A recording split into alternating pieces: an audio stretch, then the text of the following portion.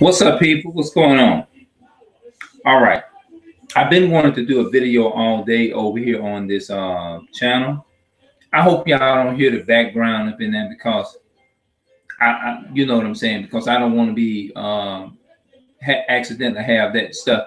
To me, it's nonsense. You see what I'm saying? How can people be so allow themselves is to be so deceived by all that foolishness that they see on like the majority of those people that they call themselves prophesying to or whatever. I guarantee you, if he told them all, get away from the pork and don't be eating all that stuff and don't be eating the stuff, this man-made stuff, white supremacist stuff, I bet you all of them, most of the people that want to hear all that prosperity and say, "Amen," you're gonna be healed and you're gonna be, they into all that stuff or whatever. I guarantee you, half of them are tell him he don't know what he's talking about.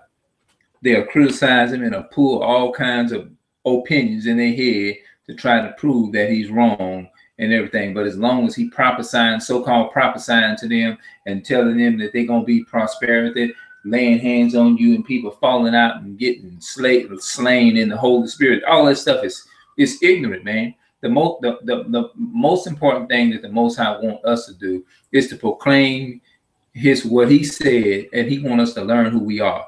You see what I'm saying? And that is my thing, and that's what I'm trying to do. You know what I mean? Because at the end of the day, if you think that's not really opening people's eyes up, it's really not. The only thing that's going to really open your eyes up is learning who you are and learn who your enemy is. And the enemy is a so-called white man. A lot of people think that's not important, but it's actually recorded in biblical history that it is. And this Bible is not a white man's book. It's a black man's book because they got an example in the book of Job. Job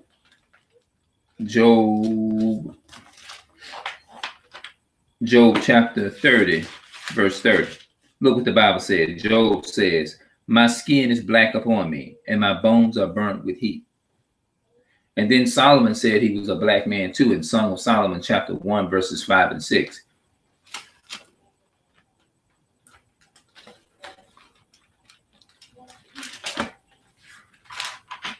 Song of Solomon.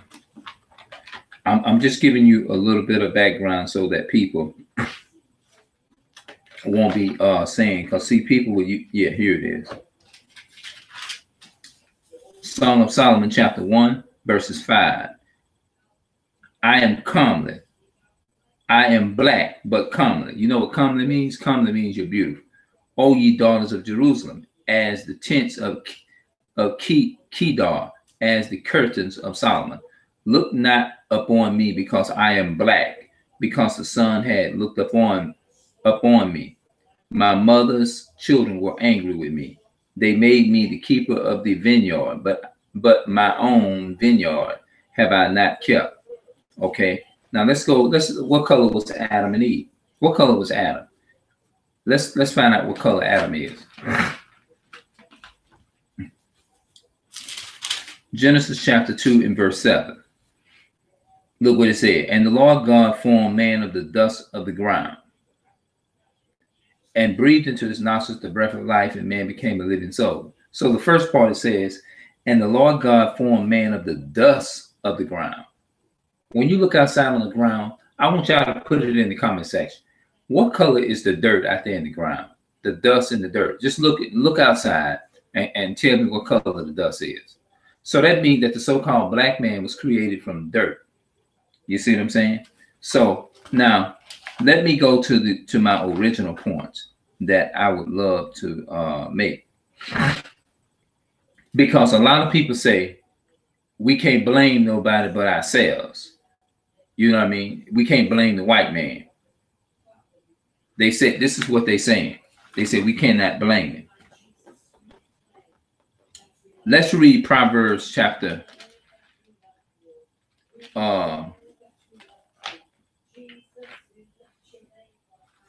I think it's Proverbs 26 and 21, 26, in verse 25. Now, some people say you can't blame nobody, but we can't blame nobody but ourselves. That's coonery. That's coonery, right? But in the Bible, it actually has the answer to that, that it's not our fault. Because think about it. When they say it's not our fault, if a man come, the white folks put drugs in our community, right? When they put these drugs in our community, and they say, well, it'll be up to you, is it not? That if you know it's poison, and you don't,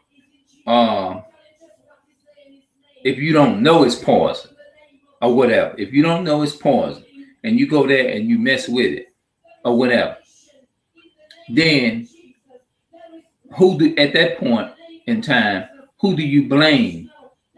You see what I'm saying? It's still the so-called white man's fault. Because look what it says here. He speaketh fair. Believe him not, for there are 7 abominations in his heart. See, when they place them drugs over here in the so-called U.S. over here, a lot of us don't know. You see what I'm saying? A lot of us didn't know. A lot of us don't know. You see what I'm saying?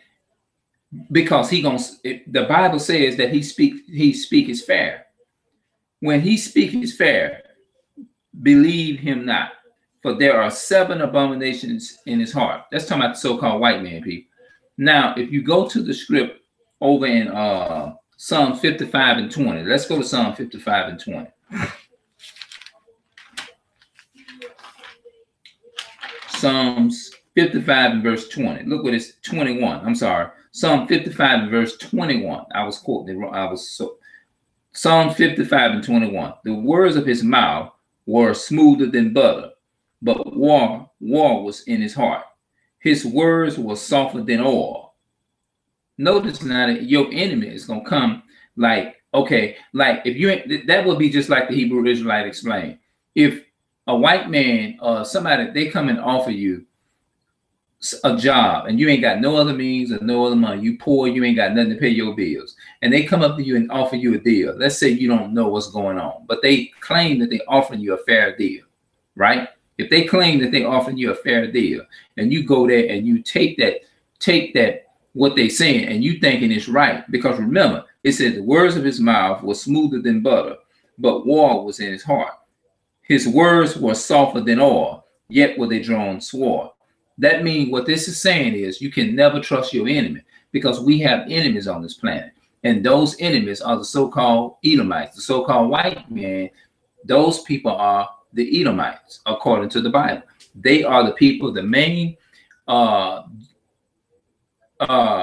race of people. The so-called Edomites are the progenitor of the so-called white or Caucasian European race that is actually oppressing the Israelites. You see what I'm saying?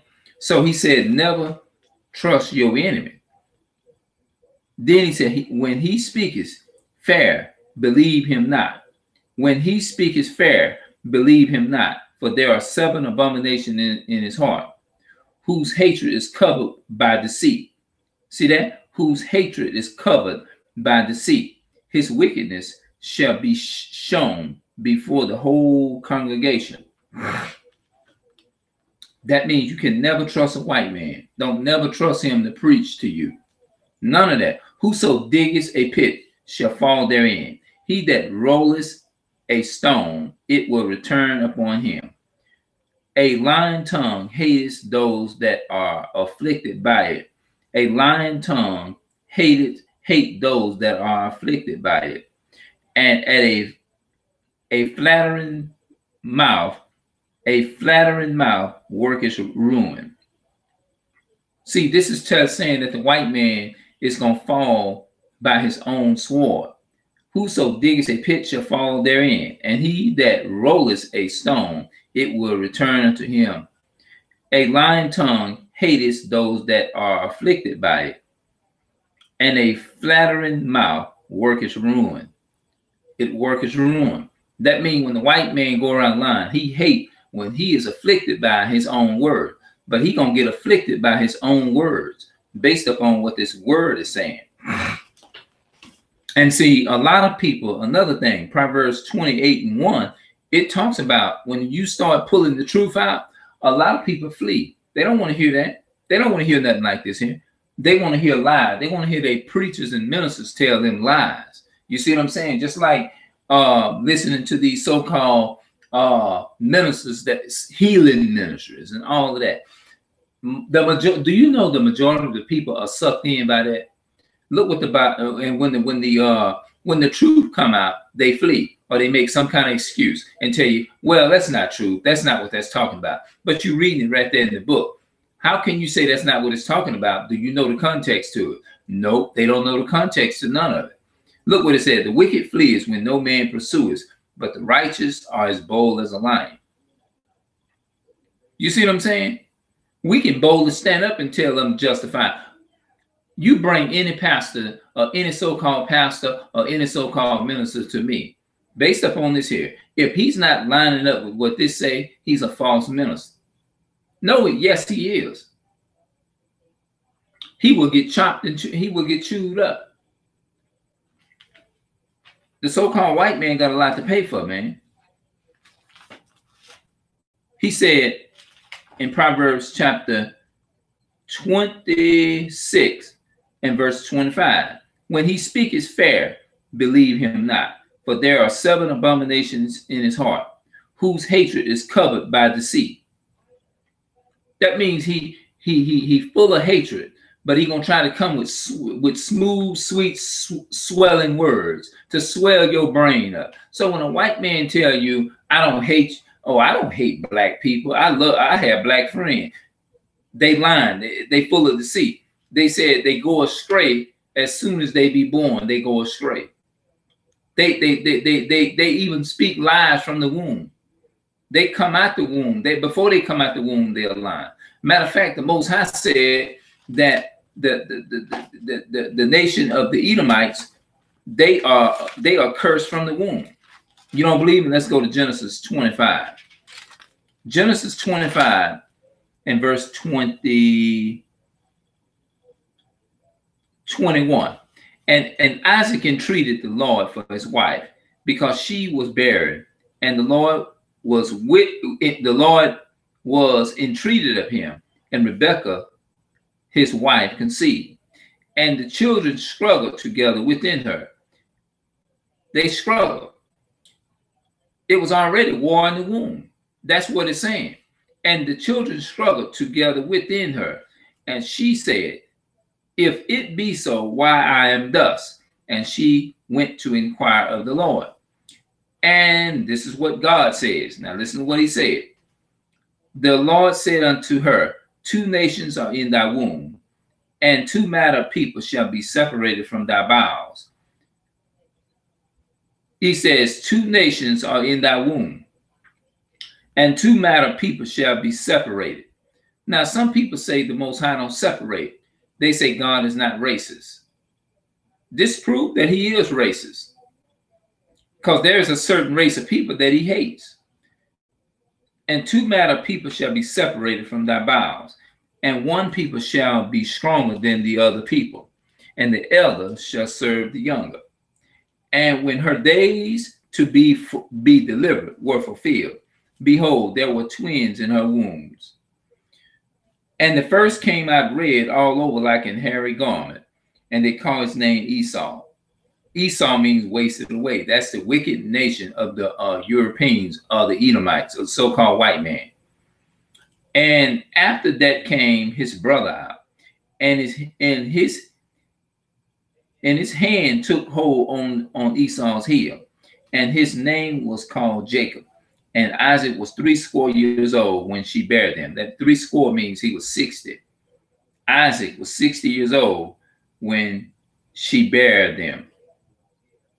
Isaac was 60 years old when his twins was in. He said, and when her days were delivered, were fulfilled, behold, there were twins in her womb.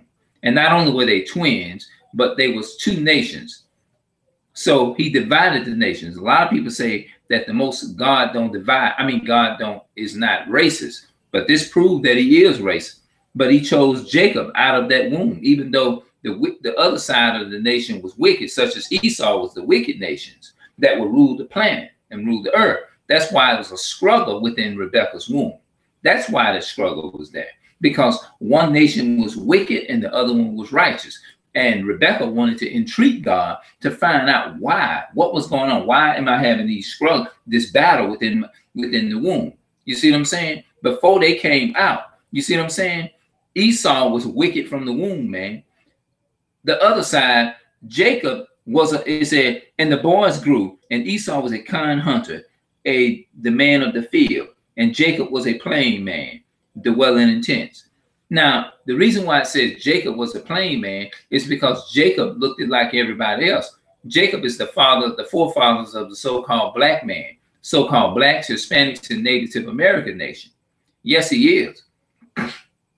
You see what I'm saying? So Esau hated Jacob. You see what I'm saying? Esau hated Jacob. You see what I'm saying? And it said, and Isaac loved Esau because he did eat of his venison, but Rebekah loved Jacob. And Jacob sowed pottage, and Esau came from the field, and he was faint. I mean, he was weak. And Esau said to Jacob, feed me, I pray thee, with that same red pottage. Now, you know, white folks like their food red, right? They like their food red. And Esau said unto Jacob, feed me, I pray thee, with that same red pottage, for I am faint. And therefore was his name called Edom. And Jacob said, sell me, I pray thee, thy birthright. And Esau said, behold, I am at the point to die. And what profit shall this birthright do to me? And Jacob said, swear to me this day. And he sware unto him, and he sold his birthright unto Jacob. See, Esau sold his salvation out. He sold his soul out. And this, you know, because the Most High this was already prophesied, that the nation of Esau, which is the so-called European, the progenitor of the so-called white race. I say so-called. Stop calling the white man white. He's not white. His name, his biblical name here is Esau. His biblical name is Esau. So you don't want to follow that nation of people. You see what I'm saying? Because the Most High called them the wicked of the earth. You know why I say that? Because if you look on the back of this, let's see, let me get this here. Hold on, wait a minute. It's some stuff I'm gonna have to show y'all. And that's how this is going to be broke down. Oops, wrong one.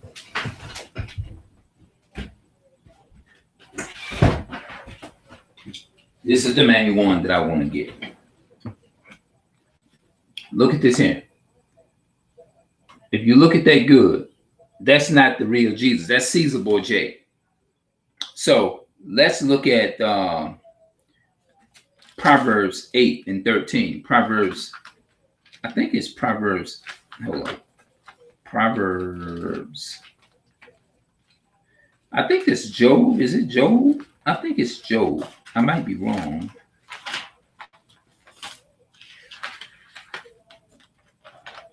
I think it's Job.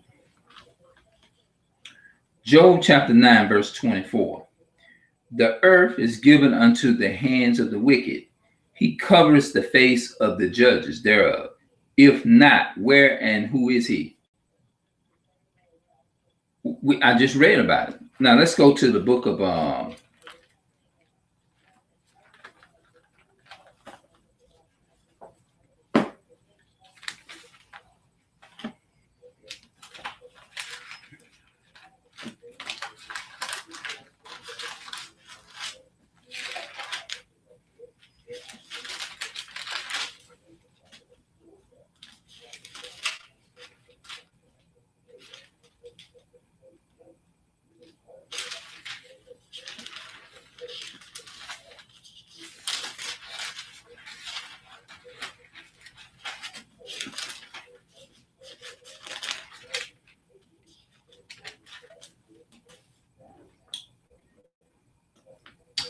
it said, where is not, who is he?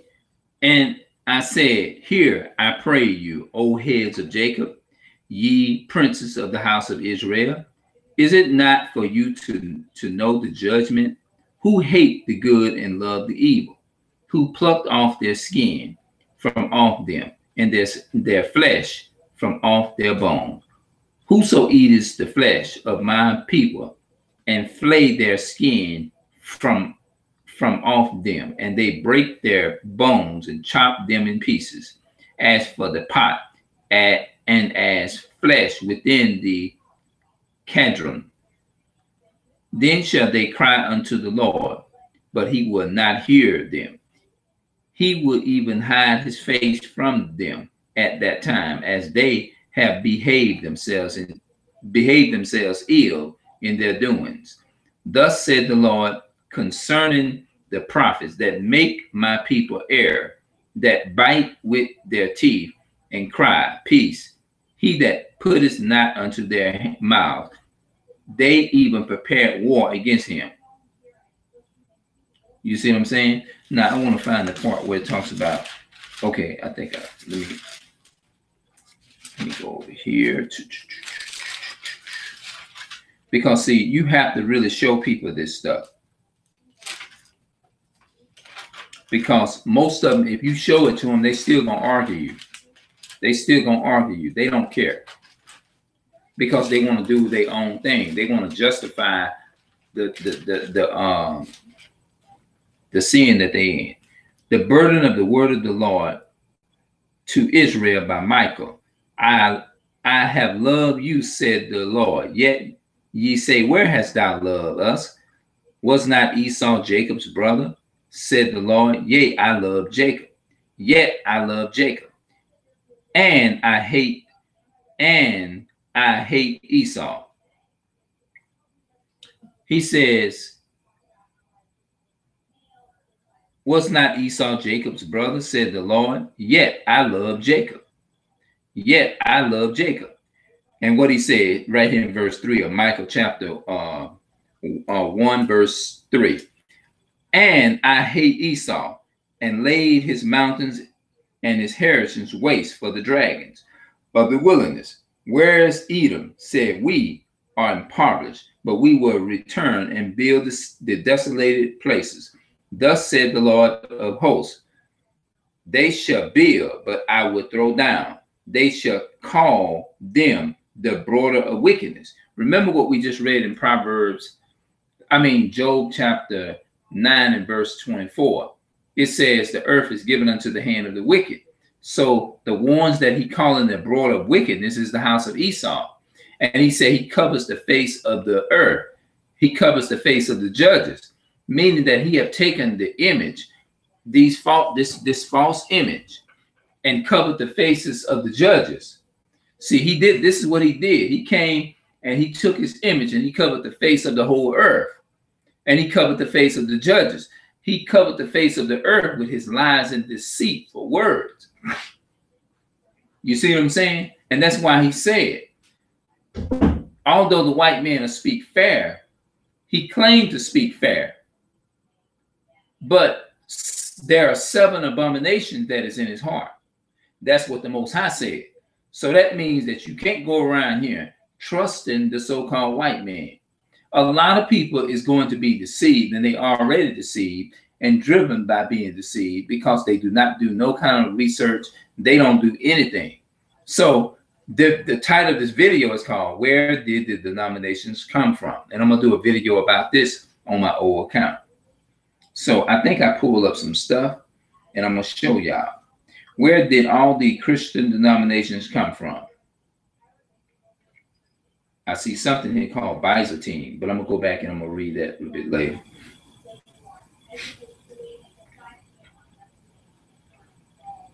Historical Biblical Christian Faith.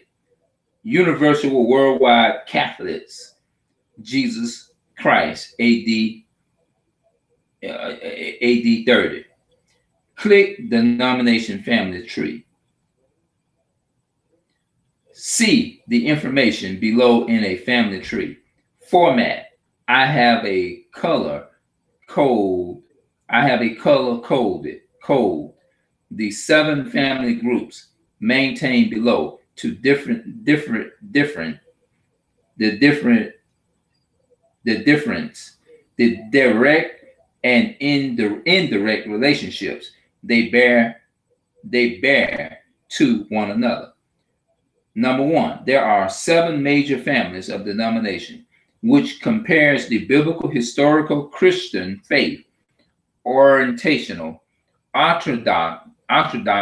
I think that's the so-called Jewish, the Roman Catholic, Eastern Orthodox, 4 Protestant families, a Oriental Orthodox, not to be confused with the Eastern Orthodox denomination. The Oriental Orthodox churches broke off in the earliest skepticism in church history. Some were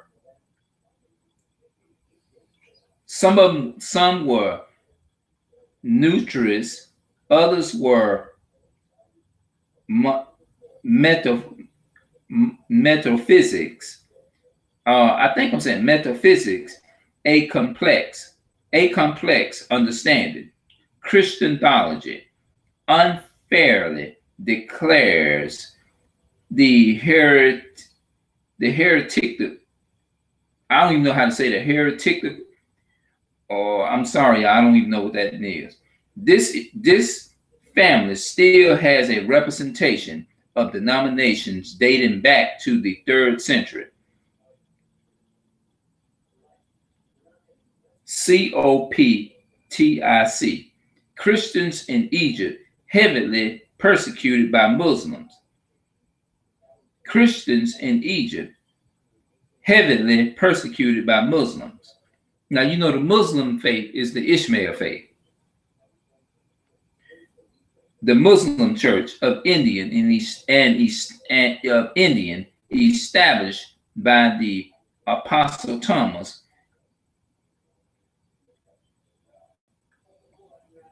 Armin, Orthodox, Ethiopian, and Orthodox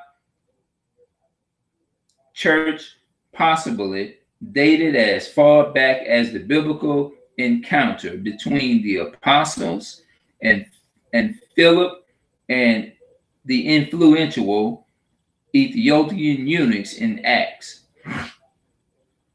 Okay, B. The Roman Catholics. This group emerges distinctive at the point of the Great Schism in 1054, but has been formed for hundreds of years. The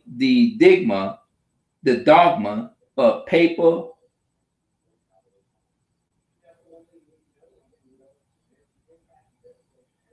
primacy, originally introduced by Leo, then the head of the church at Rome, who fought to establish Rome as the primary see and its bishop as the papacy, which of course at the time was none other than himself. He would emerge from this contest economical council as Pope Leo the first to be referred to by that title, with the meaning of the papal official. This office would be the further solidified in the West by the combination of the church and state with the Pope, appointed kings and the imposers and kings and empires. Influence. Who would be Pope?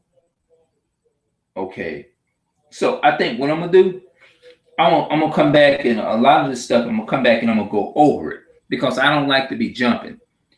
Okay, let me see if I can read this. C, Eastern Orthodox, Eastern Byzantine Empire began forming alongside the Roman Church with divination of the Roman Empire unto the east and west. The Eastern Church, primarily Greek and North Africa, spoke a different language. Now, see, understand that. Now, the Greeks and the North Africans, primarily the Greek and North Africans spoke a different language, enjoyed a different culture, eventually held to a different governance. Over time, the empires of the primarily of the See of Rome and its bishops as possessing chief papal authorities. Pope, the Eastern Orthodox Church had already begun to operate independently of Rome. The final spark occurred when the addition of the I don't know what that is, y'all, but this is all talking about the Africans and the North African. You know what I'm saying? The Greeks and the North African spoke a different language. You see what I'm saying? Now, when they say the Greek and the North Africans, now the Greeks, according to the Bible, are the Greeks which were Israelites. They was not the same. It was not no unborn natural Israelite. A natural born Israelite is different from a non-Israelite. So a non-Israelite cannot convert to Judaism. They can't. That's the reason why Paul went to Rome. That's the reason why Paul went to Macedonia and all them other states, because there were other Jews. I mean, they were real Jews, not Jewish, but you had the so-called Jewish people. I think between the 13th and the 17th century, they was trying their best is to convert to Judaism. And this is something that a lot of us as people need to look up. We need to know this stuff. But I know a lot of people are going to watch this video and they are not going to get it because they are busy looking at a man that can lay his hands on you and thinking that's all you need. That ain't nothing but the most important thing. That's why he said in his word, he said that I would rather that you, that's why Paul said, I would rather speak 5 words with my understanding than to speak in 10,000s of languages in an unknown tongue. You see what I'm saying? He said he would rather speak a few words than to speak millions of words, and people don't get it. But you still got people following the kingdom of Satan. The so-called white man is Satan's kingdom. Why is it that our people don't get this? It's a shame. All this stuff that I said, they're going to despise it. Watch what I tell you. They may even put in the comment section, if they ever, anybody who run across this video, I guarantee you know what? They're going to look at this video. They probably not going to look at the whole thing all the way out through. You know what they're going to do? They're going to look at a little bit of it and see, where did the denominations come? They might look at a few minutes of it. They see where it's going. Most people going to be like, pew, I'm out the door. This is a shame, man.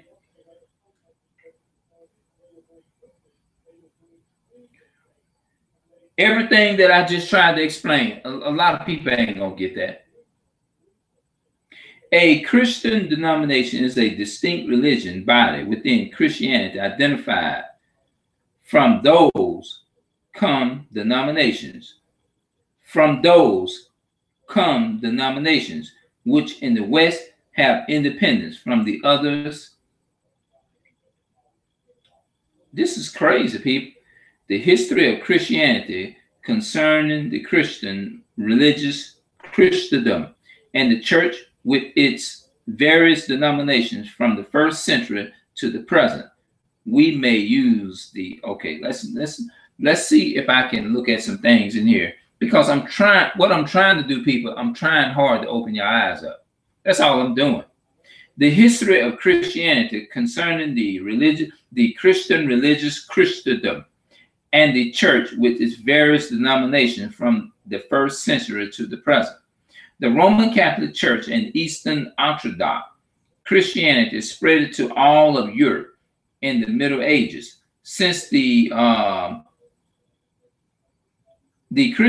Christianity has expanded throughout the world and became the world's largest religion today, there are more than 2 billion Christians worldwide. This is crazy, people. And we got the information right here before our eyes. During its early history, Christianity grew from a first century Jewish following to a religion that existed across the entire Greek, Rome world and beyond. I put my hand up there, don't pay no mind, y'all. Early Christianity may be divided into two distinct phases: the apostolic period, when the first apostles were alive and led the church, and the post-apostolic period, when an early Episcopalian structure developed. That's where this is like is when it's telling you how all these different denominations develop.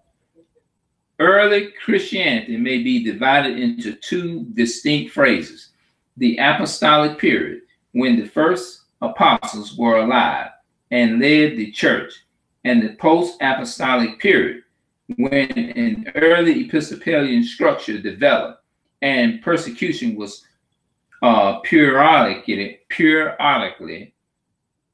intense. The Roman persecution of Christians ended in AD 324.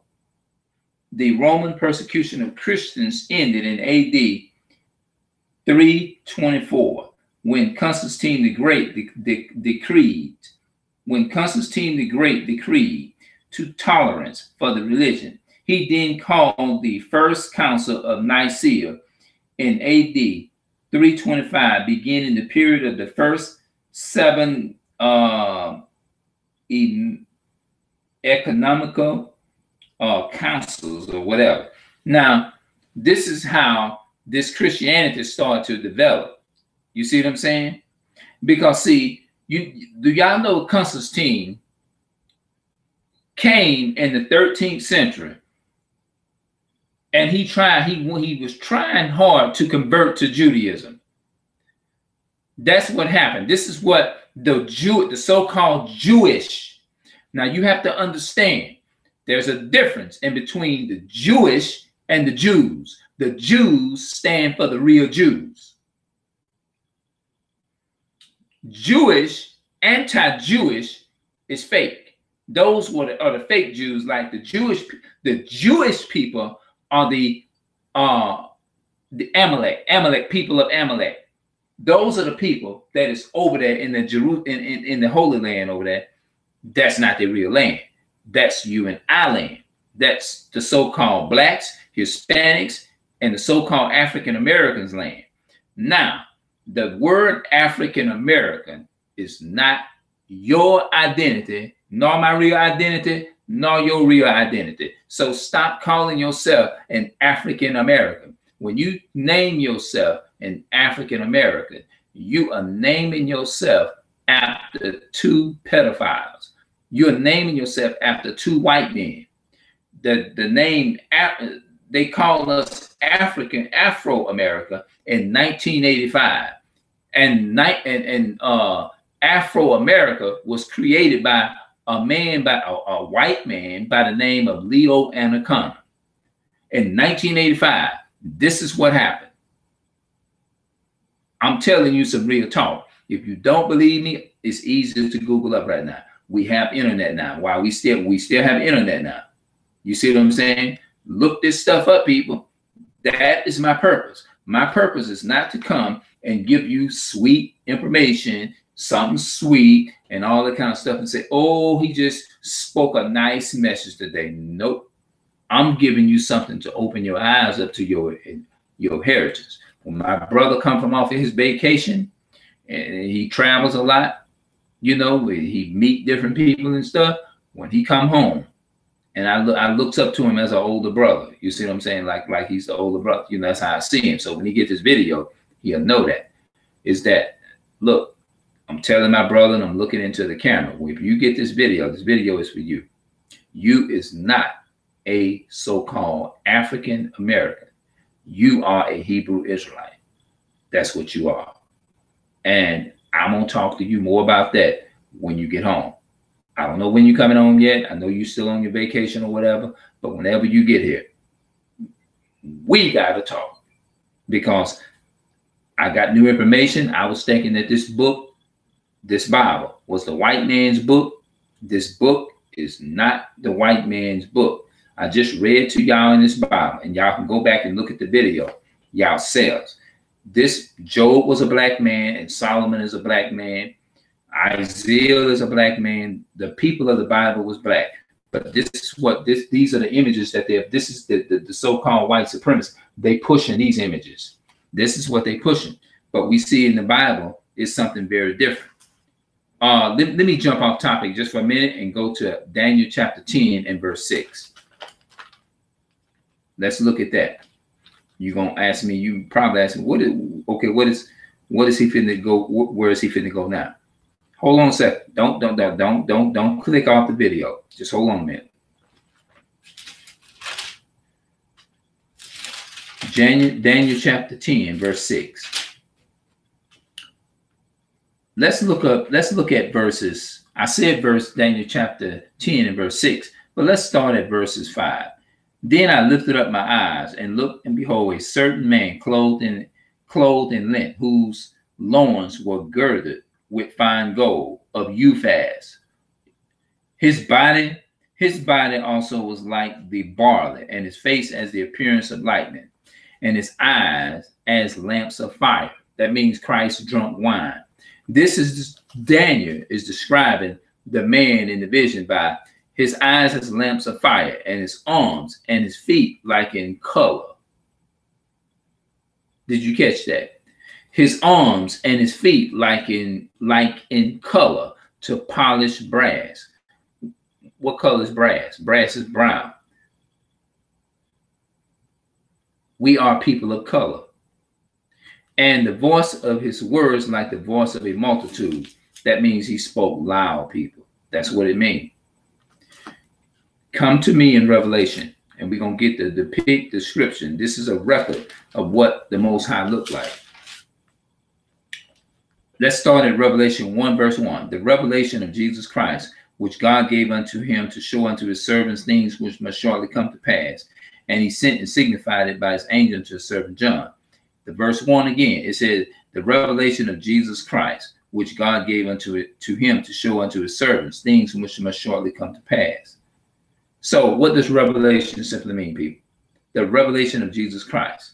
So the revelation simply means is to reveal or to unveil or to open up or to reveal. All right, now let's jump down to verse 14. His head and his, okay, let's start at verse 13. Verse 12, and I turned to see the voice that spake with me, and being turned, I saw 7 golden candlesticks. This is what John the Revelator is saying he saw. And in the midst of this is what the angel was showing him. And in the midst of the 7 candlesticks, one like unto the Son of Man, clothed with a garment down to the foot, and girded about the pipes with a golden girdle. That means he had on a gold around his waist. He had like a robe. And his head and his hairs were white like wool, as white as snow. That means Christ, you can't hardly tell, but my hair, it's got some gray in it, but you can't really tell from that. But Christ had white woolly hair. Look what it says.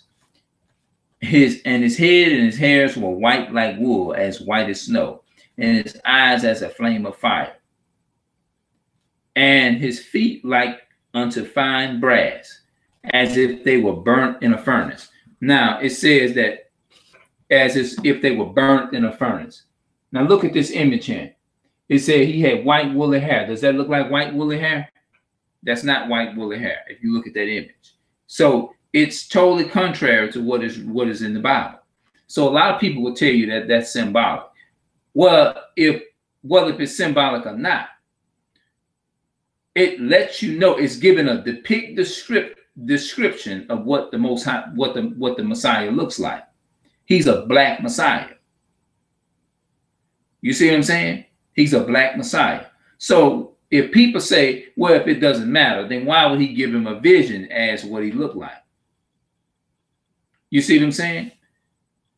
Why would it say, and his feet was like unto fine brass, as if they were burnt in a furnace? You take a penny and put a penny on some fire and leave it in there for about 2 hours. You take it out. What color is it going to be? You can take and cook you some green beans and green peas. What would happen to those green beans and peas if you leave them in there? If you cook it, it's going to get brown, right? If you leave it in there long enough, what's going to happen to it if you leave it in there and let it overcook? Your food is going to be stuck to the pot, and it's going to be black, and it's going to be smoke burning, right? So Christ was a very dark-skinned man. That's what it's saying.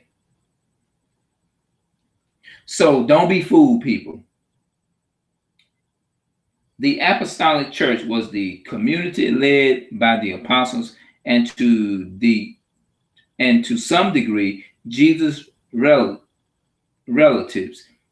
In his great commission, the resurrection, Jesus commanded that his teachings be spread to all the world, while the historical reliability of Acts of the Apostles is disputed by the critics. The Acts and the Apostles is the major primary source of information for this period.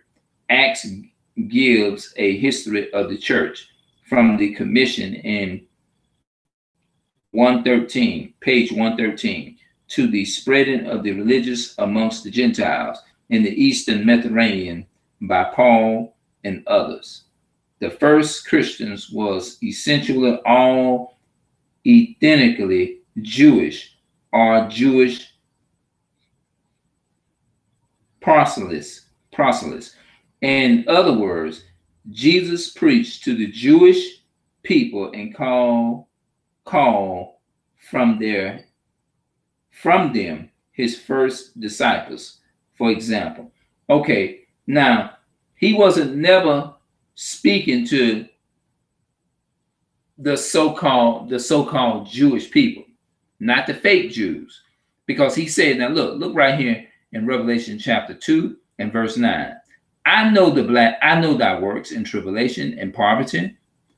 This is talking about the so-called blacks, Hispanics, and Native American. But thou art rich, and I know the blasphemy of them which say they are Jews and are not, but are the synagogue of Satan. So the so-called red man, when I read in Genesis chapter 25, verse 25, is the so-called white man. Not everybody is the Most High's people. It's not, people. There is something in here that I wanted to look up. What happened in the 13th century? Here is some information for what happened in the 13th century. According to Wikipedia, as a means of recording the passage of time, the 13th century was the century which lasted from January 1st, 1201 through December 31st, 1300 in accordance with the Julian calendar and the Common Era. What year was the 13th century?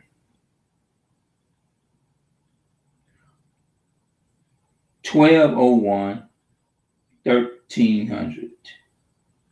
What country is the year 1400? The 15th century was the century which spans the Julian year 1401 to 1500.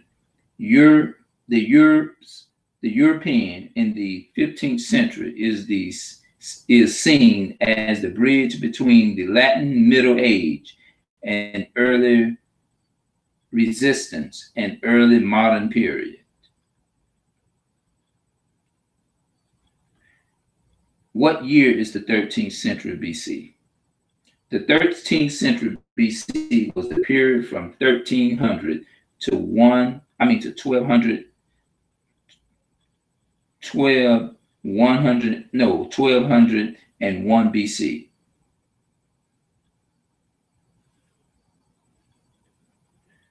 What year was the Jewish people converted to Judaism? I think that's what I'm looking for. List of convert to Judaism. The article lists nations, groups, or tribes, as well as individual people who have converted to Judaism and have a Wikipedia article about them. This article does not differentiate between the different branches of Judaism. See also who is a Jew on issue related to the acceptance of conversion throughout the Jewish community. Note that a number of prominent figures such as Master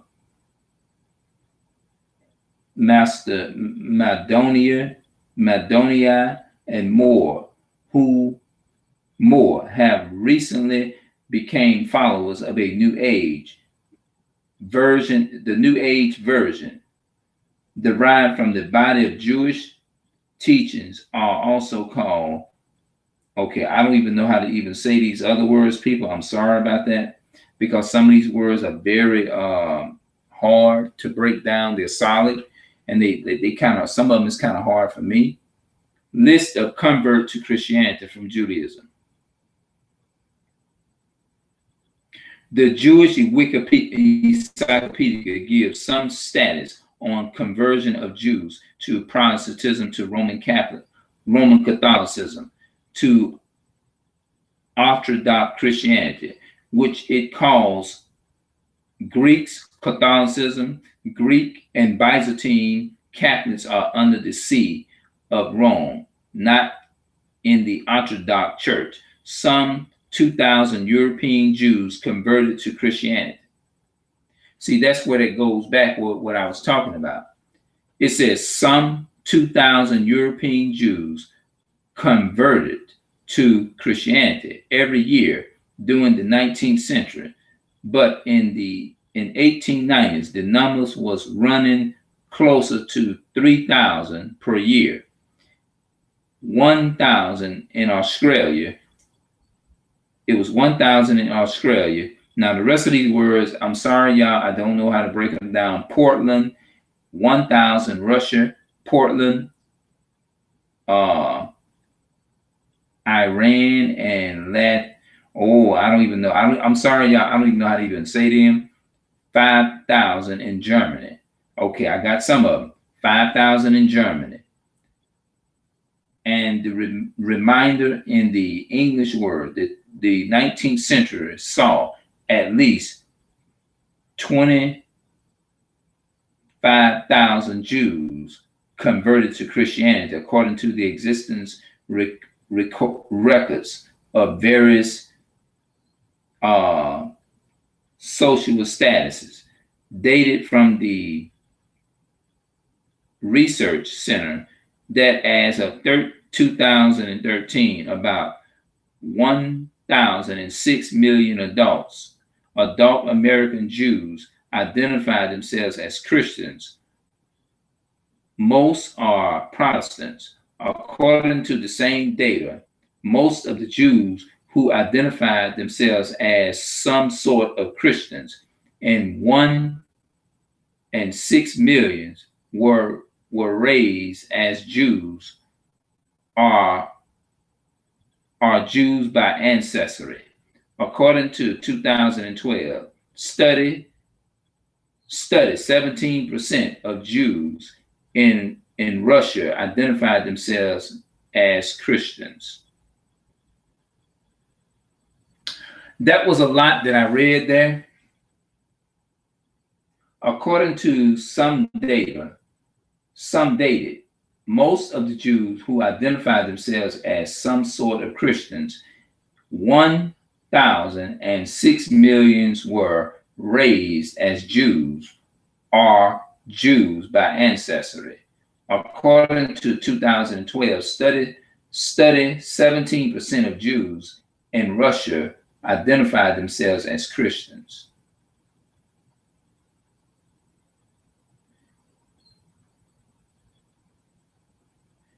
See, all these people is white supremacy.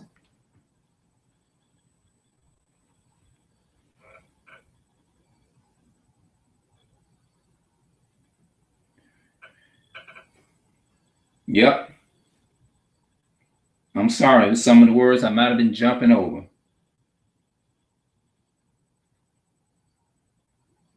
If somebody get this video, just let me know in the comment section. Conversion, history, ancient period. My Jewish learner.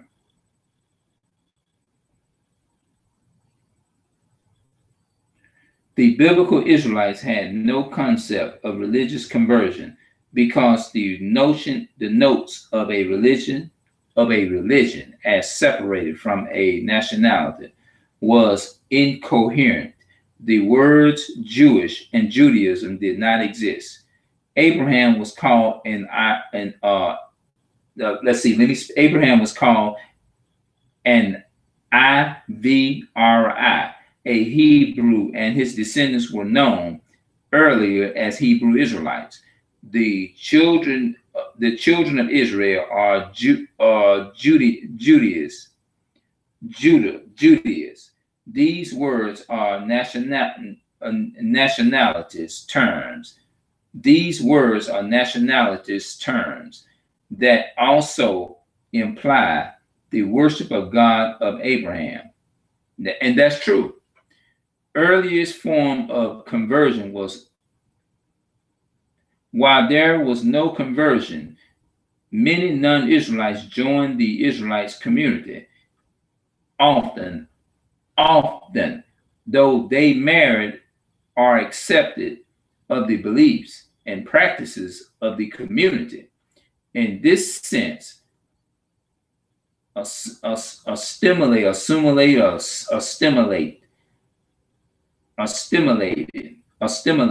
is the earliest form of conversion. And Abraham and his descendants saw many pagans and servants into their group. Greatly increased the size of the Israelite people. Let me see if I can read. I don't know if this is making sense. After their journey into Egypt, the Exodus with the mixed multitude, non-Israelites who joined the nations as it left Egypt, and receiving of the Torah on Mount Sinai. Now, a lot of people would use that to say that since these were non-Jews and it was a mixed multitude, they would use that to say that, oh yeah, the non-Israelites can convert to Judaism. That's not so. That's not so.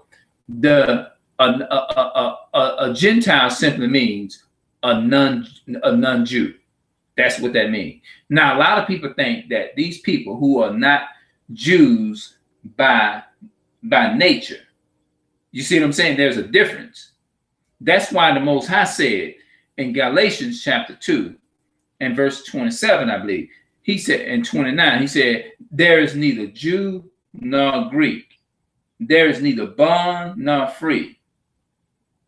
And it says, we are all one in Christ Jesus. And if ye be Christ, notice it said, if you be Christ, then are you Abraham's seed. If you be Christ, then you are Abraham's seed, and heirs according to the promise.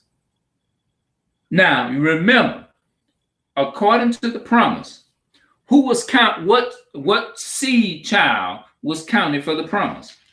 Let's look at it. Let's look at it, since I'm making a long video. Let's look at, I'll find it.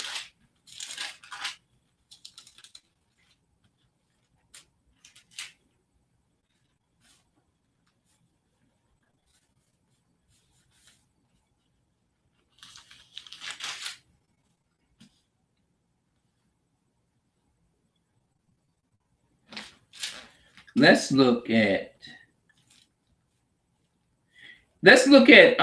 Genesis chapter 15 and verse 18.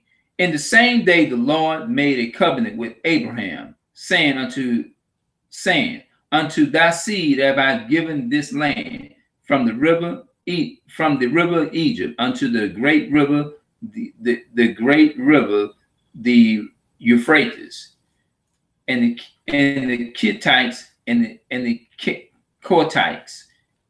Okay, I'm gonna come back and I'm gonna pronounce them words later, because them some hard words. Let's look at Genesis chapter 21 and verse, let's see here. And the Lord visited Sarai and said unto her, and said, the Lord did unto Sarah as he had spoken. And for Sarah conceived and bare Abraham a son in his old age, at the set time of which God had spoken to him. Okay, I want to find the part where it talks about, I might have to take my phone. Hold on.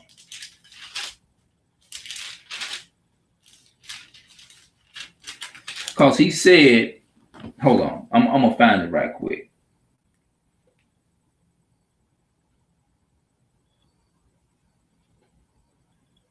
Genesis, it said, in Abraham and Isaac shall thy seed be called.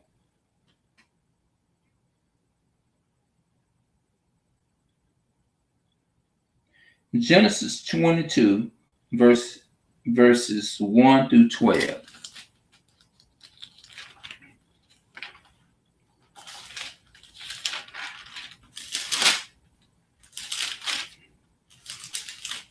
Because a lot of people really get that confused.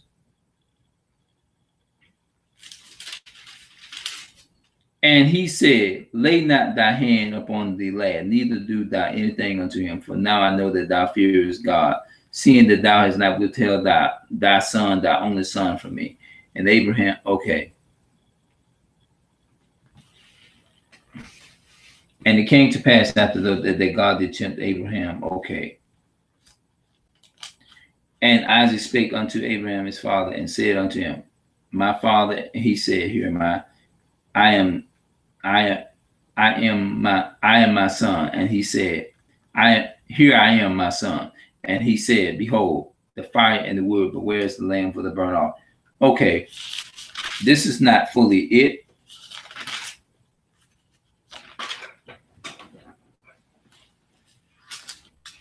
Because a lot of people, they will read one text in the Bible, and then they will turn right back around, and they don't even do a lick of research, and they will sit right here and tell you, oh, that's not what it's saying. And they what do they do every day? They don't do nothing but sit there and just mess around.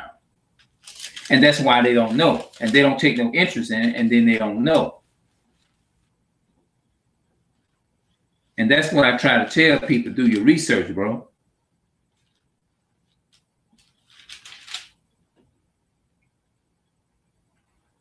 Hold on, let me do it like this here. God said, in Isaac shall thy seed be called. In Isaac, the Most High said, in Isaac shall thy seed be called.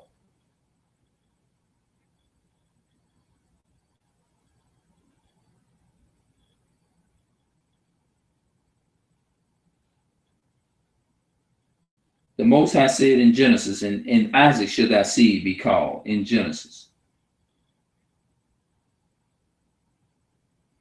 Genesis 27.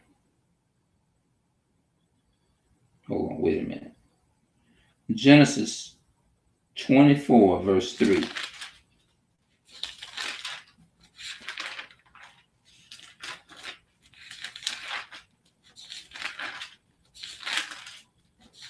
Genesis 24, verse 3.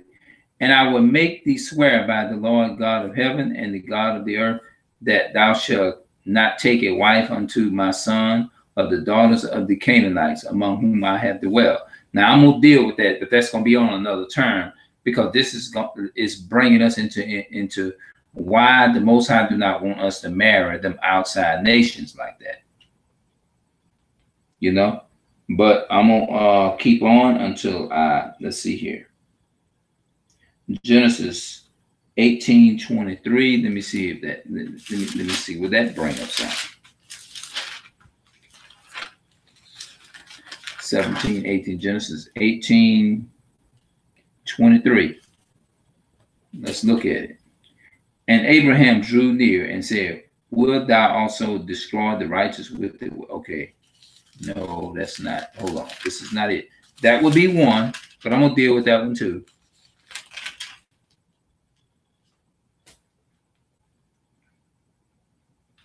I think it's coming to me now.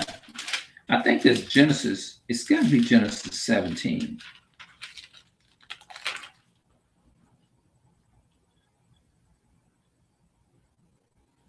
Okay. And when Abraham was 90 years old and 9, the Lord appeared to Abram and said unto him, I am the Almighty God. Walk before me and be thou perfect. Okay.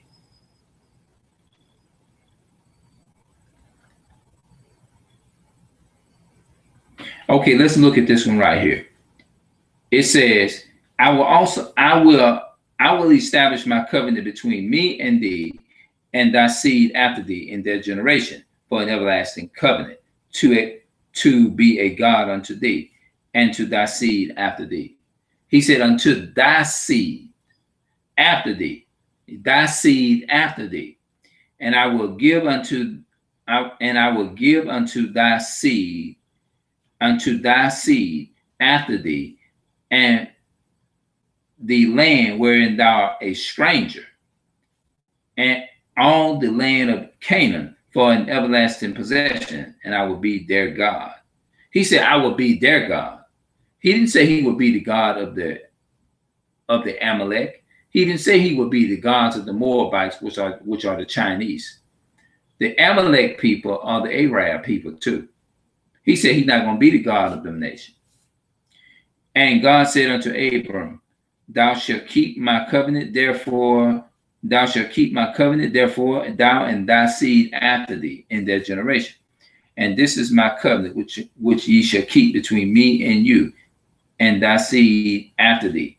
Every man child amongst you shall be circumcised. Okay, now look, I want y'all to pay attention to something, and I don't want y'all to read over this too fast, because this is what a lot of churches do.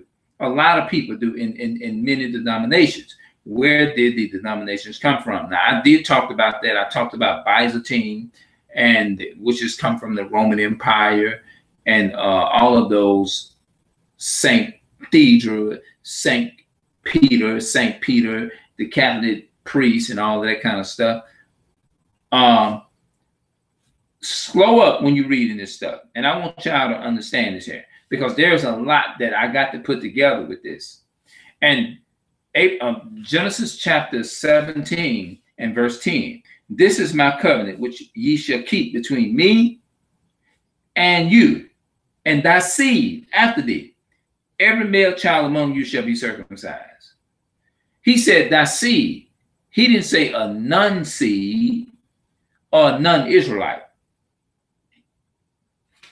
But a lot of people, man, they ain't going to get that. They just going to rabble on, listen to these fake pastors, fake preachers, and all this stuff. That's the thing. It's really irritating when you don't take the time and do your own research.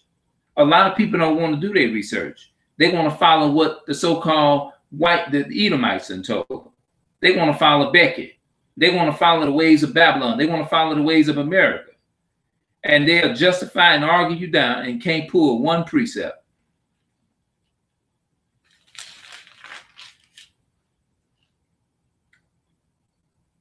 There is it seems like, you know what, them scriptures be right on my head, bro.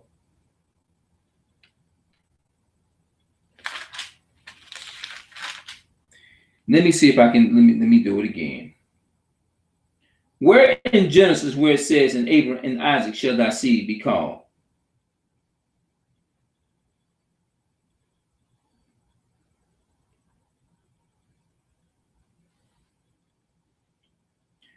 Where in the Bible, where it says, in Abraham shall thy seed be called, in Isaac.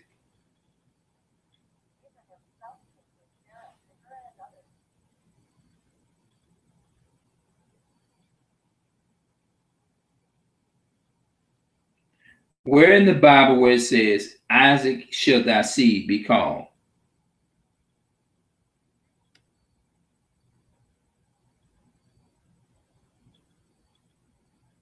Genesis 22 and 14. Let me see something here.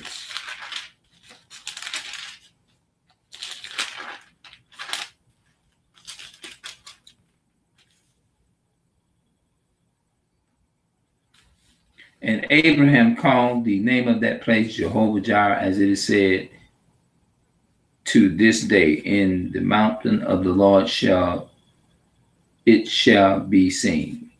Okay, wait a minute. I'm still not seeing that text because I know I'm right by it. I know I'm close by it.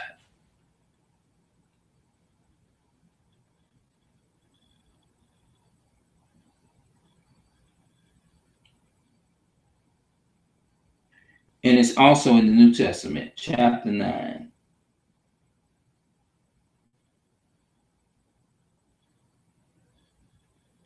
Oh man, I get so mad when I can't find this text, and I know I'm right here by it. Where in the Bible where it says, in Isaac shall thy seed be called?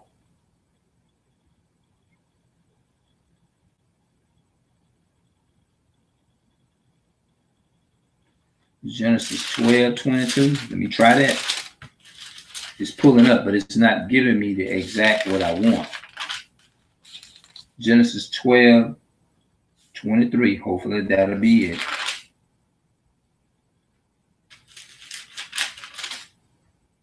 Genesis 12:23.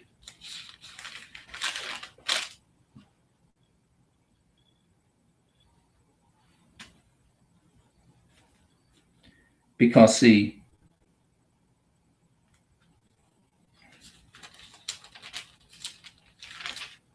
boy, you got to be good at this stuff. I mean, you really got to know this stuff, because when you're talking to people, people will take and pull any little simple thing to prove you wrong. Anything. It's like when you're witnessing or when you're talking to them, you got to know this stuff really well. You really do. And it's sad because they're going to pull anything they can to trap you up and to try to trick you. And if they see where you don't hardly know nothing, then they're going to throw their opinions off on you and you're going to be defeated out on the battle. Look right here. Look what it says here. Genesis chapter 13 and verse 16. I will make thy seed as the dust of the earth, so that if a man can number the dust of the earth, then shall thy seed also be numbered. He's talking about Isaac. And Isaac, he said he's going to bless Isaac.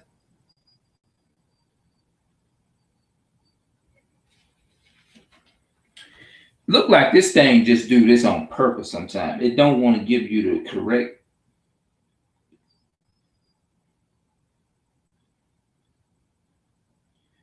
Because in the New Testament, I'd like to find it, but it says, and if ye be Christ, ye are Abraham's seed.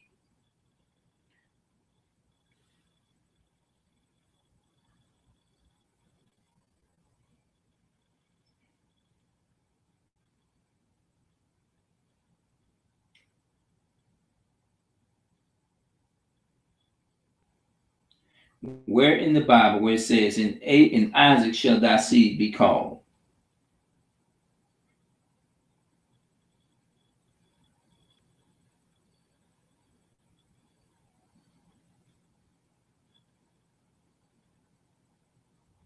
Where in the Bible does it say, in Abraham or Isaac shall thy seed be called?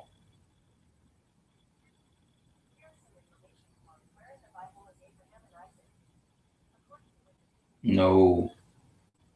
In the Bible, it says, in Isaac shall thy seed be called. In Genesis, where is it? Genesis 26 and 24.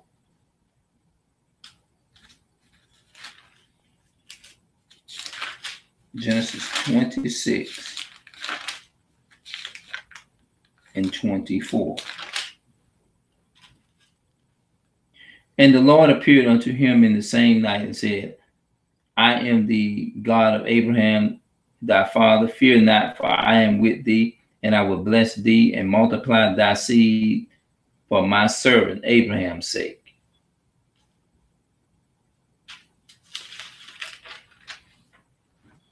There was a prophecy that was before when Abraham was called Abram. God says in Isaac will thy seed be called.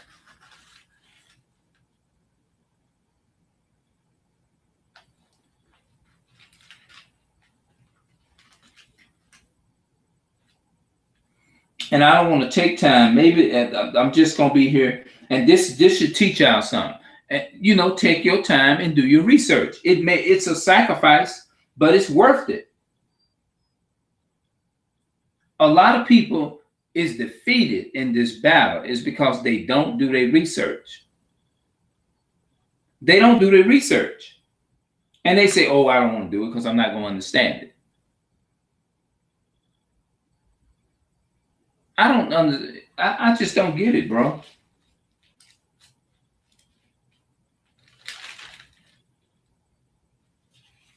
I know that they got that script in here, and it's raining right in my head.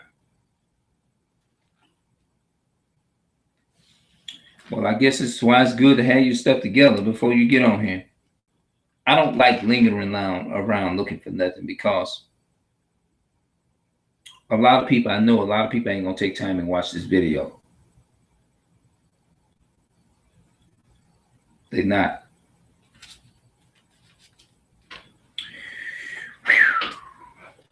All right, I'm gonna take time and look for it one more time. They're not giving me the script.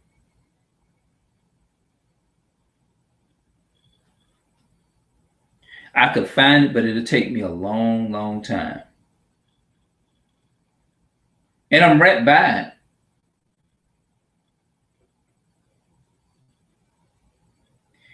In Genesis, where is it found where it says, in Isaac shall thy seed be called?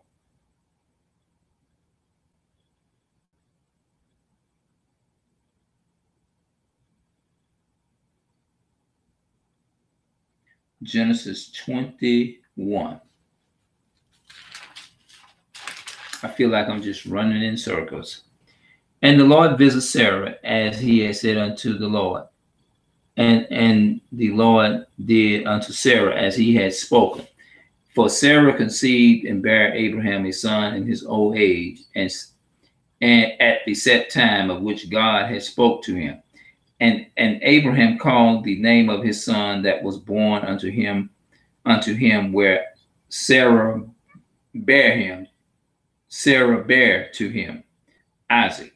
And Abraham circumcised his son Isaac, being 8 days old, as God had commanded him.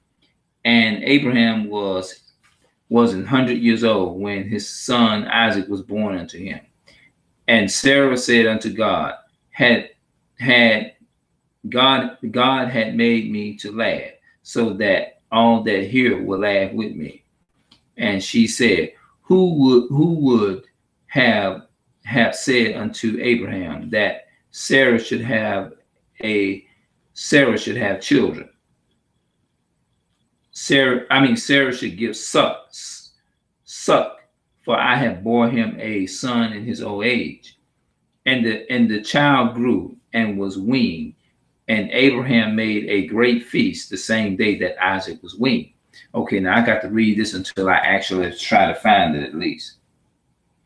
And Sarah saw the son of Hagar, the Egyptian, which she had bore unto Abraham, mocked. Wherefore she said, Abraham cast out this bondwoman and her son. So the bondwoman, this was talking about how Abraham took and married a woman who had a child of a Hamite, Ishmael's. Therefore she said unto Abraham, cast out this bondwoman in her son, for the son of this bondwoman should not be with my son, even with Isaac. See, Isaac was the son, was the seed, what was the seed, was the promise of the seed given to. So the bondwoman was called Haggai. Ishmael was the son that was after the flesh. That was a child that was Jewish. They can't be Jewish because this is a prophecy. Remember, Isaac is the seed promised child. Remember that, people. Therefore, she said unto Abraham, cast out the bondwoman and her son, for the son of this bondwoman should not be heirs with my son, with Isaac. And the thing was very grievous in Abraham's sight because of his son. And God said unto Abraham, let it not be grievous in thy sight because of the lad and because of thy bondwoman. Because of the bondwoman. Don't feel sorry for him. And all that Sarah had said unto thee, hearken unto her voice. For in Isaac shall thy seed be called. That's it right there. I found it. It took me probably about, 30 minutes to find it. He said, in Isaac shall thy seed be called. That's it. Not in Ishmael or no other child. Now, I want people to remember that. It says, therefore, verse 10 of Genesis chapter 21, verse 10. Wherefore she said unto Abraham, cast out this bondwoman and her son, for the son of this bondwoman should not be heirs with my son, even with Isaac. And the thing was very grievous in Abraham's sight because of his son.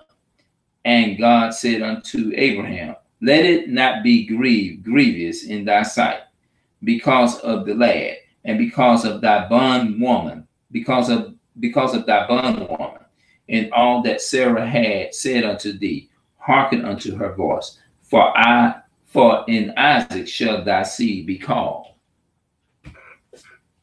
And also of the son of the bondwoman I will make a nation, because he is thy seed. And Abraham rose up early in the morning and took bread and a bottle of wine and a bottle of water, and gave it unto Haggai, and put it on her shoulders and the child, and sent her away. And she departed and wandering in the wilderness of Bathsheba. And the water was spent in the bottle. And she cast the child under one of the shrubs. And she went and set her down over against him, a good way off, as it were a bow's shout. For she said, let me not see the death of the child. And she sat over against him and lifted up her voice and wept. Y'all got to read that in the rest of y'all spare time, even though I was close to the end of it. But remember, in Genesis chapter 21, verses 10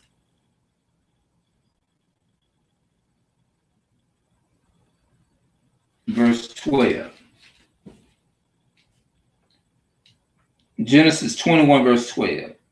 And God said unto Abraham, let it not be grievous in thy sight because of the lad, and because of thy bondwoman, and all that Sarah had said unto thee. Hearken unto her voice, for in Isaac shall thy seed be called. And it's in Romans chapter 9 and 7. He said, in Isaac will the seed. The children, that's why the Bible says the children of the promise are counted for the seed, not the bondwoman. And that's in Galatians. Where in Genesis where it says the children of the promise are counted for the seed.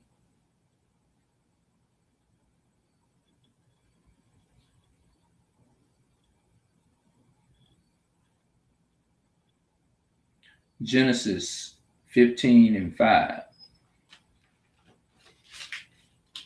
14, 15. Genesis 15, verse 5. And he brought him forth abroad and said, Look now toward heaven and tell the stars if thou be able to number them. And he said unto him, So shall thy seed be. He said, So shall thy seed be.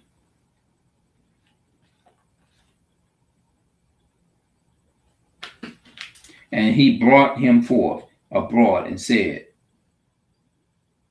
Look now toward heaven and tell the stars if thou be able to number them. And he said unto him, So shall thy seed be. See that? He says, So shall thy seed be.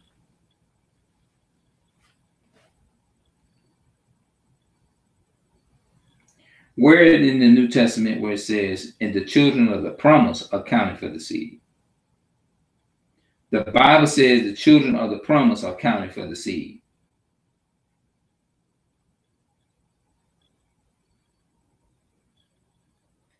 Romans 9 and 8. Let's look at Romans 9 and 8.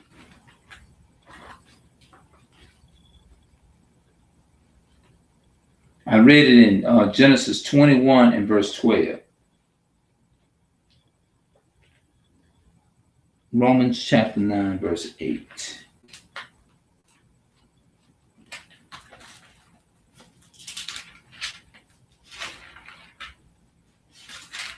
It takes a long time, but it's worth it. Romans chapter 9, verse 8.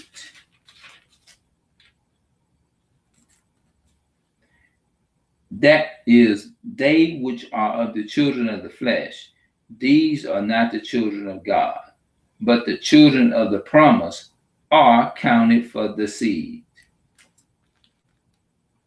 Only the children of the promise are counted for the seed. This is Romans 9 and verse 8. Now let's go to Galatians. I think that's an easy one.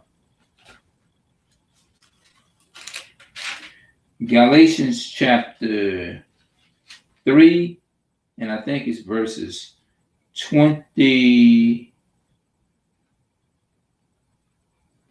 verse 20.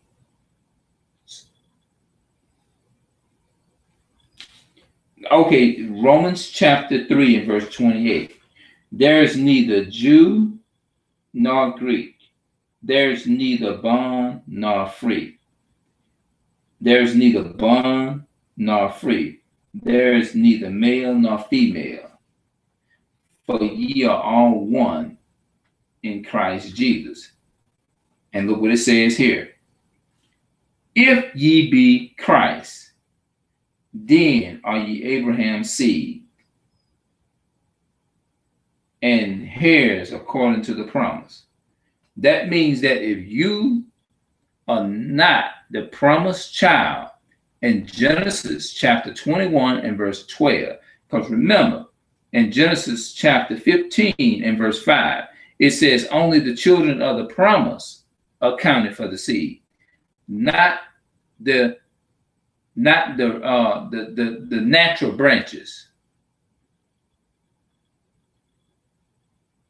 It's only talking about the seed. It said, if ye be Christ, then if ye be Christ,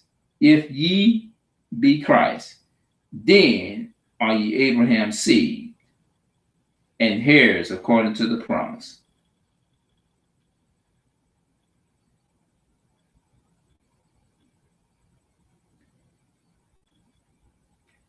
Let's go back to Genesis. Genesis 15.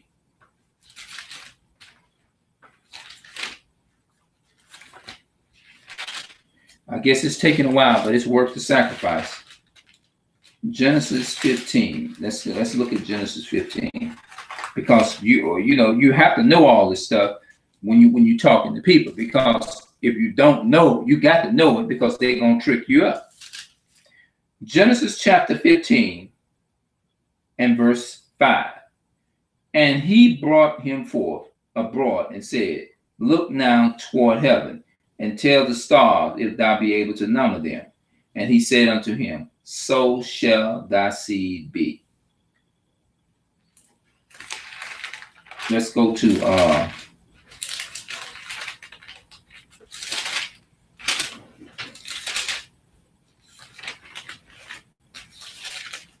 I think that's Genesis 21. I think it's Genesis 21. Genesis 21, verses 10. Wherefore she said unto Abraham, cast out this bondwoman and her son, for the son of this bondwoman shall not be heirs with my son, even with Isaac. The bondwoman shall not be heirs with my son, even with Isaac. And the thing was very grievous in Abraham's sight because of his son. And God said unto Abraham, let it not be grievous in thy sight, because of the lad, and because of thy bondwoman, and all that Sarah had said unto thee, hearken unto her voice, for in Isaac shall thy seed be called. God said, in Isaac shall your seed be called. That's what he said. So let's look at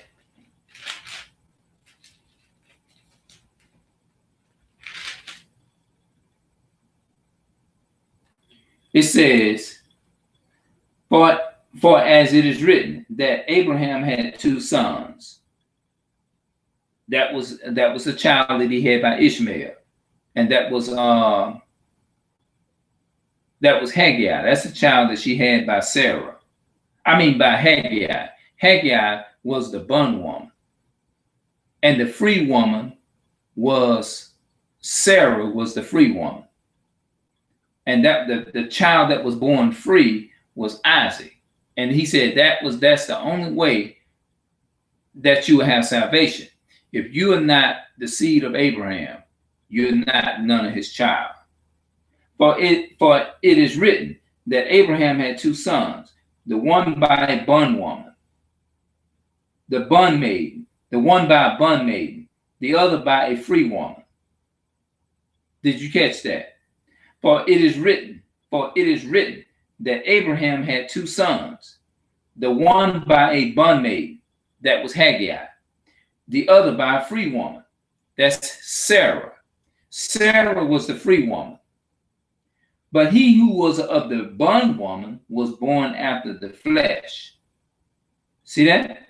But he of the free woman was by promise, and that's Sarah. The free woman was Sarah. You see what I'm saying? The free woman was Sarah.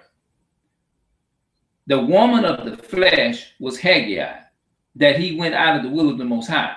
And so God, the Most High, told Abraham is to hearken to Sarah,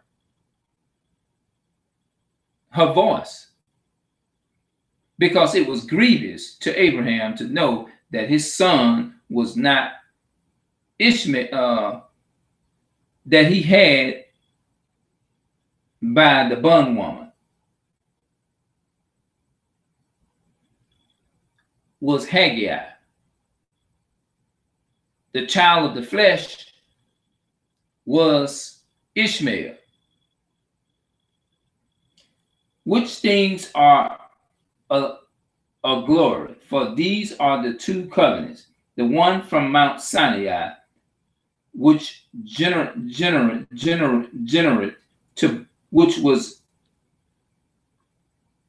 which was gathered to bondage, which is Hagar.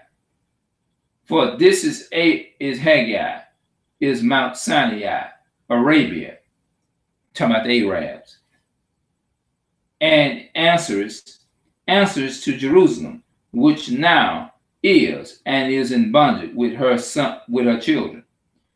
But Jerusalem, which is above, is free, which is the mother of us all. So Jerusalem is the motherland of us all. So we are from Jerusalem, not Africa. For it is written, rejoice, thou bearest not, break forth and cry, that thou travailest not. For the desolation had many more children than she which had an husband. Now we, brethren, as Isaac was, are the children of promise. See that? Now we, brethren, as Isaac was, are the children of promise. Now we, brethren, as Isaac was, are the children of promise. But as then he that was born after the flesh persecuted him that was born after the spirit.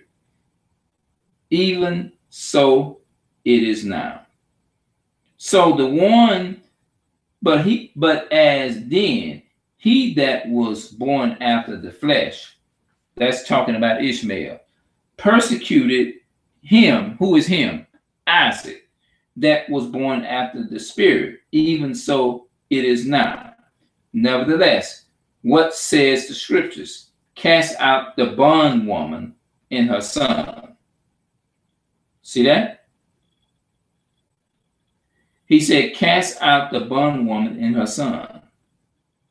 For the son of the bondwoman shall not be heirs with the son of the free woman. I read this, and didn't I just read this in the Old Testament? Let's look at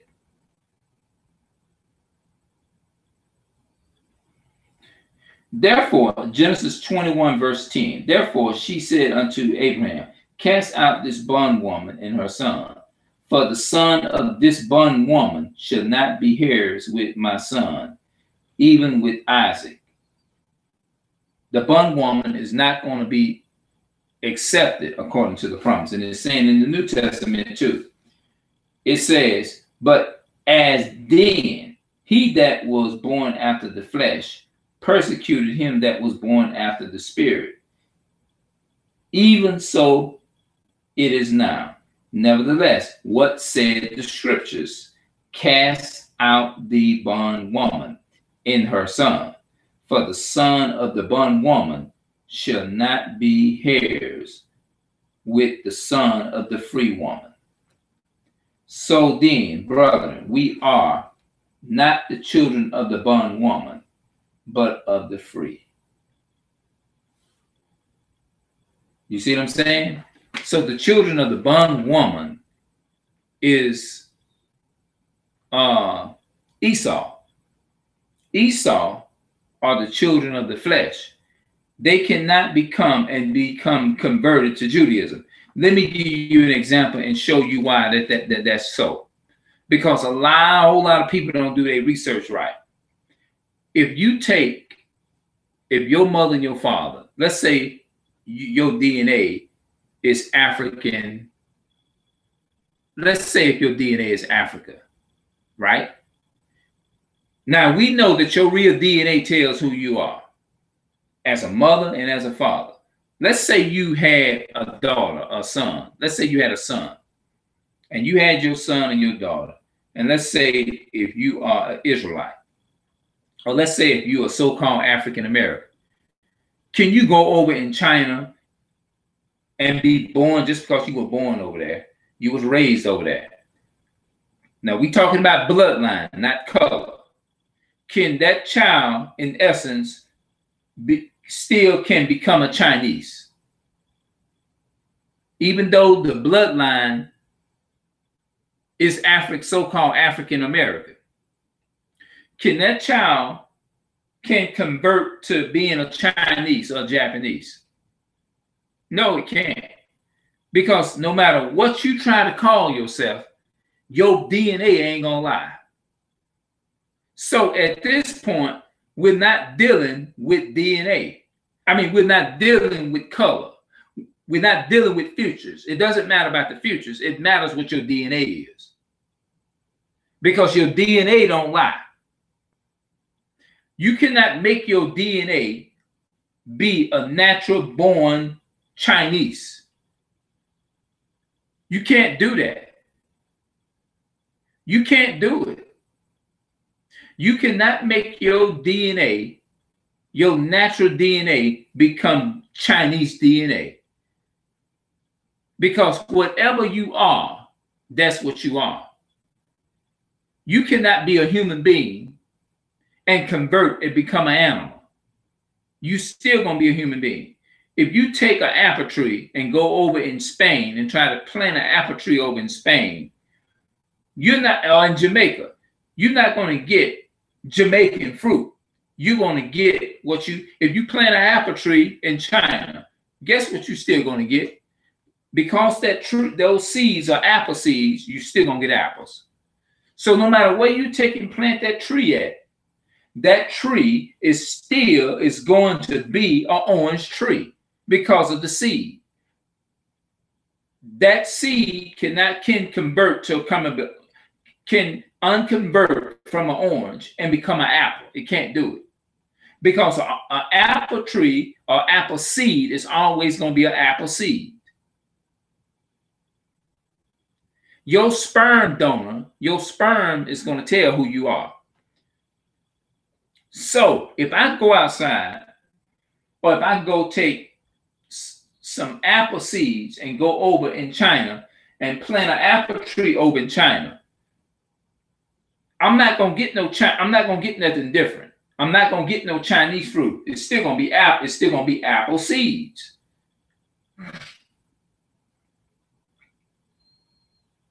You can't convert to being from a natural Jew to becoming a real Jew.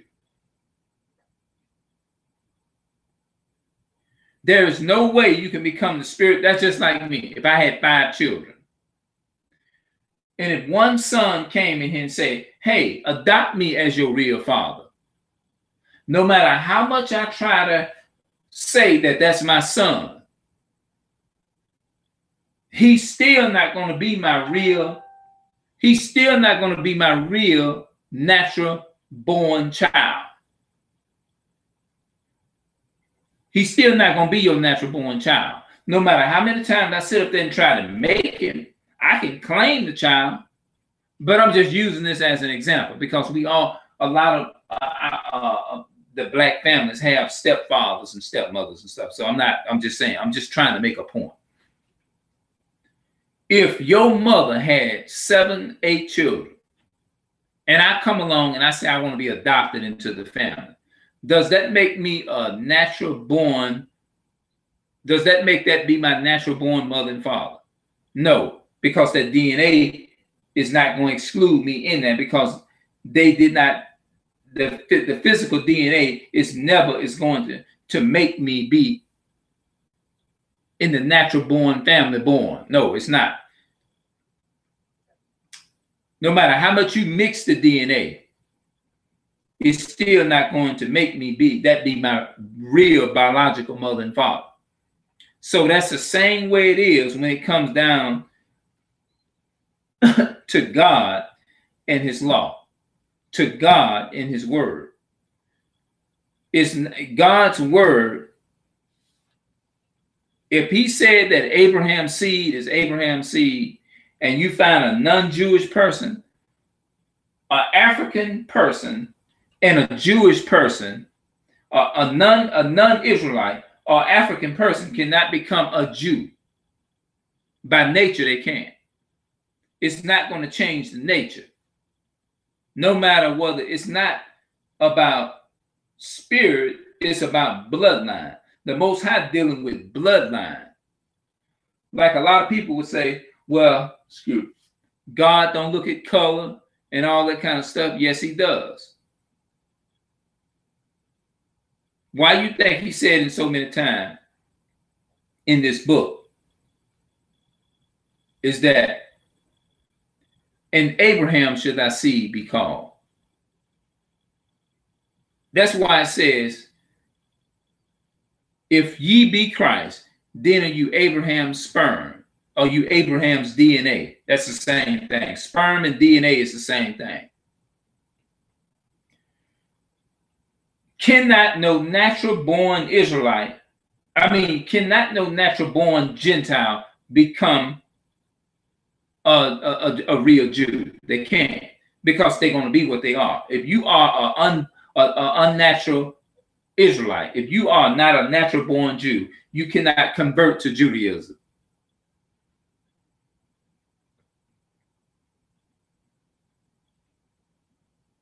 Because they're not going to mix in together. Just like iron and clay don't mix together. Just like water and oil can't mix and be the same. Oil and water cannot mix and become the same. Try taking and mixing some oil into this water and see what's going to happen. The oil going to float to the top and the water going to be at the bottom. They can't mix together. Matter of fact, I might do that one day. Take time and mix some oil, some half water and some half oil, and watch what happens to the oil. The oil going to float to the top and the water going to be at the bottom. They're not going to mix no matter what you do to them. You can't make oil and water the same.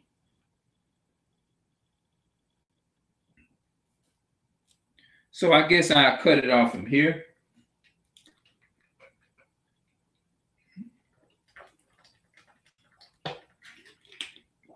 I didn't intend to stay up this late. And I'm kind of mad with myself because I failed to go to bed on time.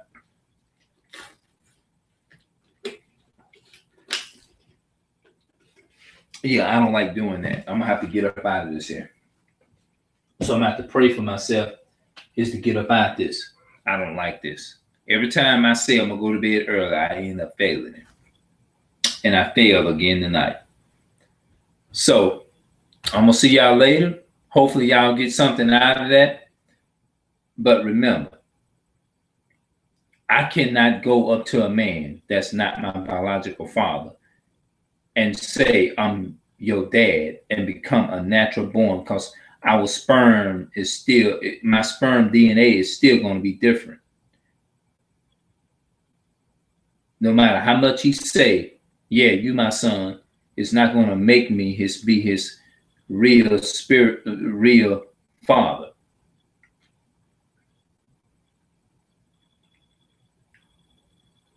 You're not going to, because if your natures are created evil,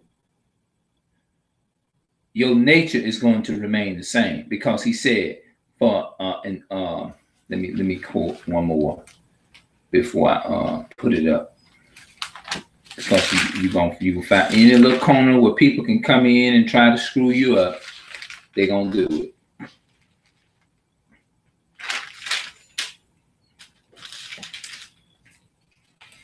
Hebrews 13 and verses 8, I think it is. Jesus Christ, the same yesterday, today, and forever. He's the same. Let's go to the last book of the Bible, the Old Testament.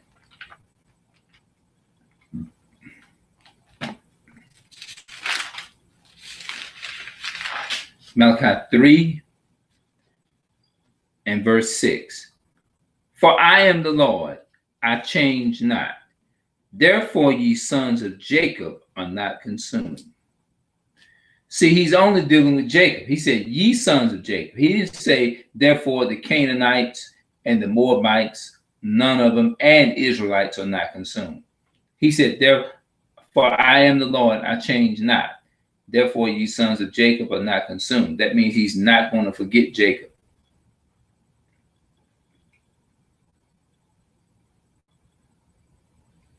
He's never going to forsake Jacob. So Edomites cannot become a Jew because they are natural Hamites by nature.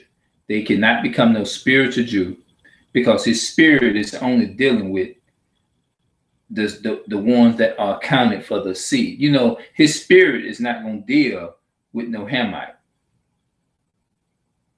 They cannot, no matter what they do, they cannot become a Jew because their nature is what it is. The Most High created the so-called white man to be evil because we have broken his commandments, and he sent our enemies against us, according to Deuteronomy chapter 28 and verse 49. So read that for yourself, the last quote. I'm out. Peace and love to my melanated people of color. I'm out.